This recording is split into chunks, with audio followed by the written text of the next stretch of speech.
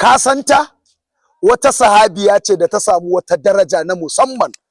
Na farko manzon Allah sallallahu alaihi wasallam yakan ce madalla da mahaifiyata bayan mahaifiyata, madalla da wacce nake ƙaunarta bayan mahaifiyata.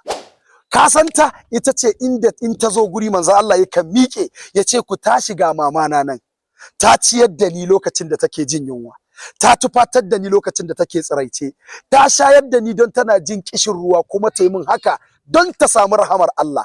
Ka santa ita ce lokacin da ta rasu manzon Allah da hannun shi ya haƙa kabari kuma da hannun shi ya kwashi ƙasa, kuma bayan nan sai da ya shiga cikin kabarin nata ya kwanta sallallahu alaihi wasallam, ya fito kuma ya mata addu'a.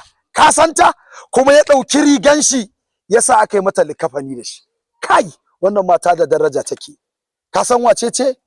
Ita ce Fatimatu binti Asad, mahaifiyar Sayyidina Aliyu karramallahu wajhahu, matar Abu Talib amminsa, wanda lokacin da kakansa ya rasu dama ya ce to yanzu ni gashi zan tafi, wane ne kake so ya rike ka?